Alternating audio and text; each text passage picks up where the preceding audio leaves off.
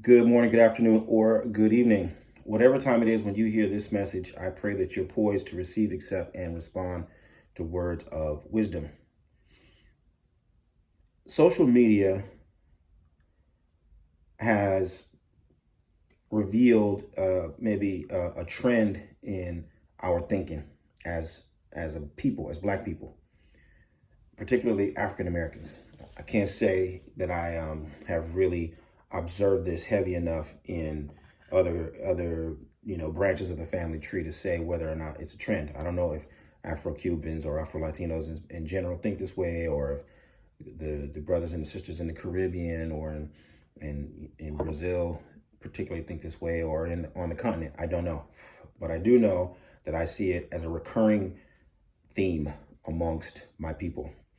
And it has to do with this feeling that you're being underestimated, or you're being undervalued, or you're being you're not being cherished for who you are and what you bring to the table.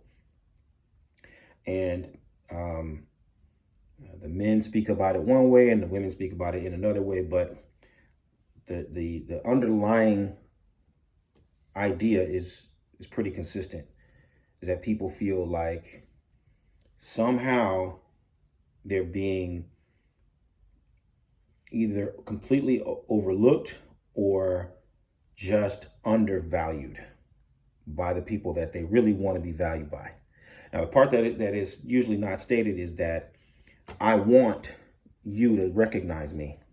It isn't that I want the general public to see me this way. It's not that I want everybody in the world to proclaim me as one thing or another. Really, it's a target audience that you want this attention from, right? And in general terms, the women, Black men want Black women to value them, and Black women want Black men to value them, right? But number one is that you very seldom see people just own that. Just start at that point and own it. Hey, you know what? I really want you to recognize me, Black woman. I want you to cherish me, Black woman. I want you to adore and respect me. And that's something that I want. That's a need that I have, right? And quite honestly, that's where the conversation ends. That's where it ends. There's nothing else to say after that. Once you recognize, hey, that's what I want and that's what I need, you own that and you start building from there. And every place that you find that people don't value you and don't cherish you and don't adore you and don't respect you, you don't talk to those people. You don't engage with those people. You don't go where those people are. It's that simple. The moment you have to start underscoring and punctuating and highlighting and putting neon flashing lights on all the different ways that you are valuable and cherishable and adorable and respectable, and all, the minute you start getting that and you have to start recounting those things, you know you're in the wrong place. You need to just stop. And then you need to check yourself and ask, why am I trying to engage with this person who clearly doesn't want to recognize who I am, or doesn't have the capacity to recognize who I am, right? Because sometimes, just to be completely honest, people don't know what they're looking at. People see the outcomes. They see you doing things. They see you accomplishing things. They see you presenting yourself in a certain way. And they might know that it's an accomplishment, but for whatever reason, they don't have any way to associate that accomplishment with hours and weeks and months and years of dedicated focus and discipline. They may not be able to put that together. They may not be able to associate those years of discipline with numerous sacrifices. They may not be able to extrapolate and say, you know what, if you did this for this many years, that means you didn't do some other things for that many years. Everybody doesn't have that ability. And you would be a fool to try to, take them through all the paces of the years of working out, or the years of a certain kind of a diet, or the years of meditation, or the years of study. If it would take you as many years to teach it to them, just to show that you're for them to understand what you're doing, right? You don't have that time. That's not why you acquired those skills. You acquired those skills to be able to perform what you perform and get the kind of support and resources you need to execute whatever it is you've mastered at that level. So when you feel like, or when you find yourself having to, like I said, underscore and punctuate and highlight all of the sacrifices and the discipline that went into becoming what you are, you should stop, right? You should own that and then examine yourself. Why am I doing this? Why am I in the wrong place doing this, right? And then start to find out where you need to be and show up and be in the places where people do respect what you do. Go to the places and be amongst the people who do recognize what you bring. Even if they don't understand all of the details of what it took to make, you what you are, if they properly evaluate and appreciate you as a contributor, if they just recognize, hey, you know what? You solved my problem. You solved my problem. And you know what didn't happen when you solved my problem? This didn't happen and that didn't happen. And for me, that's enough. Or when you solved my problem, you know what did happen? Hey, this is it. Simple thing. I had guys come in once. There were a couple of students of mine. And I had a public shrine in Oakland. And these two brothers were street artists, muralists. And I knew they were good because I'd seen their work.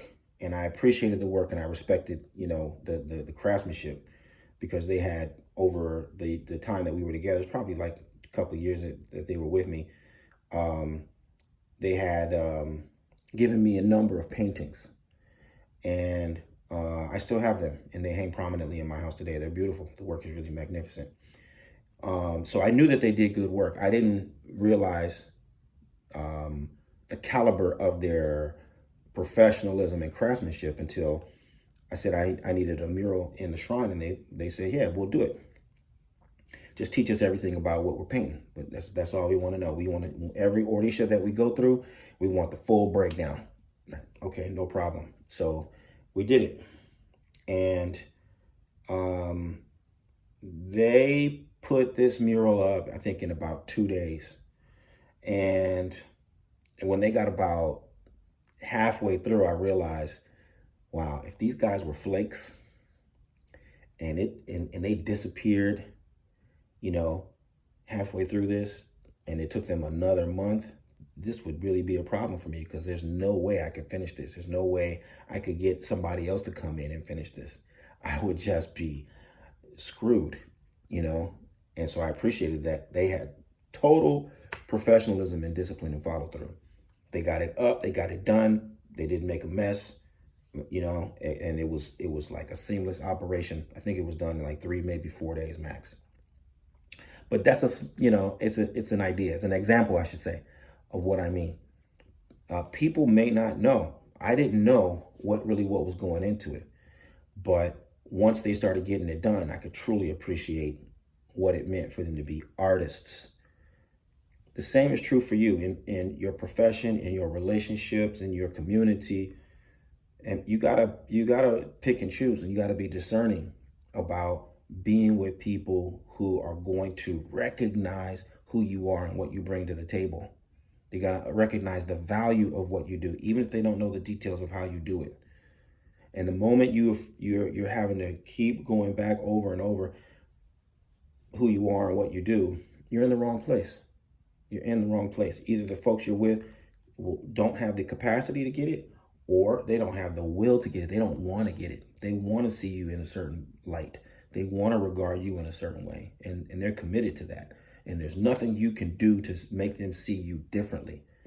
Either way, you're in the wrong place. You're with the wrong folks. It's the wrong time. Shift your energy. Check yourself and figure out why it's so important that you trying to get these people to pay attention to you, and go to the place where they're going to value you and they're going to give you what you're worth. Part of that is also going to require you understanding what you want, what you need. Sometimes it's money.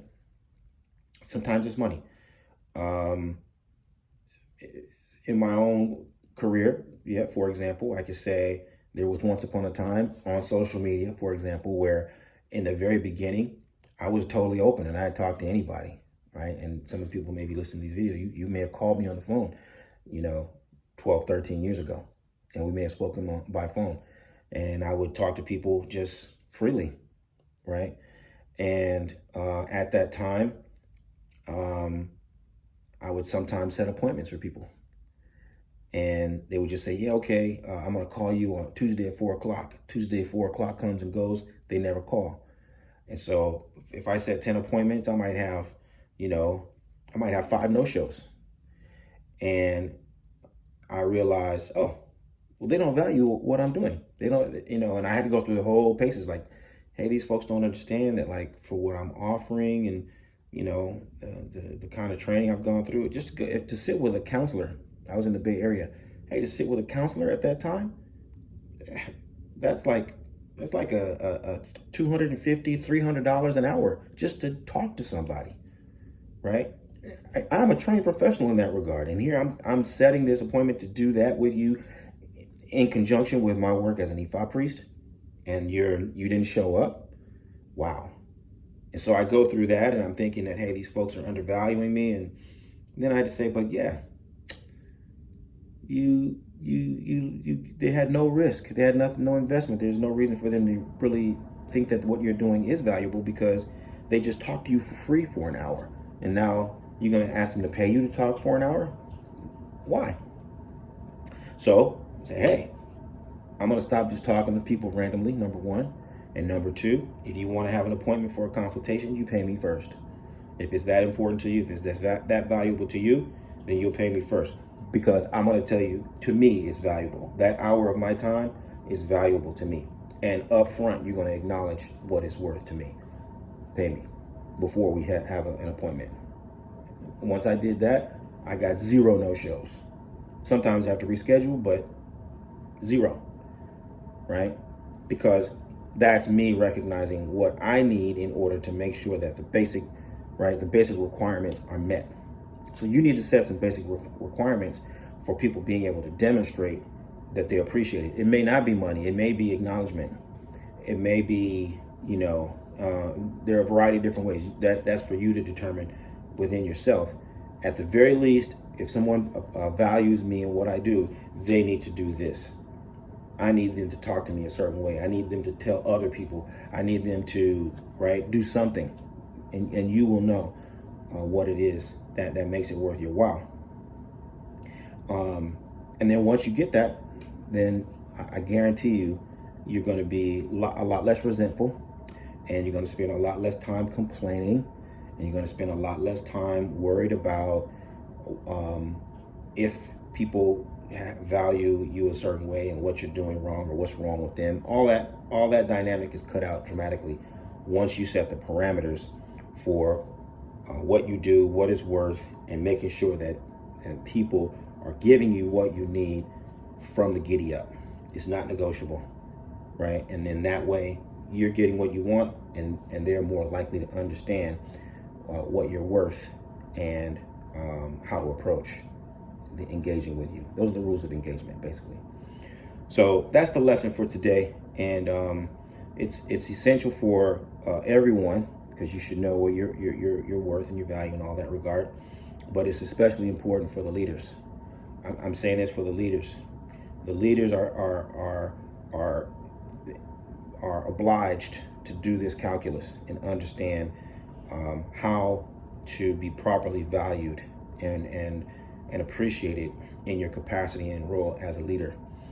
And I'm looking for people who are committed to that, people who want to transform the world through positive influence and want to be appreciated and valued in the process. If you're one of those people, I want you to find out how Obafemi Origuma and the Orisha Lifestyle Academy can help you take your practice and your life to the next level. Visit me at obafemio.com or orishalifestyle.com, and let's start putting in the work to help you live the medicine that will heal your life and heal the lives of those who you're destined to serve. I look forward to working with you. Bye for now. Badabo.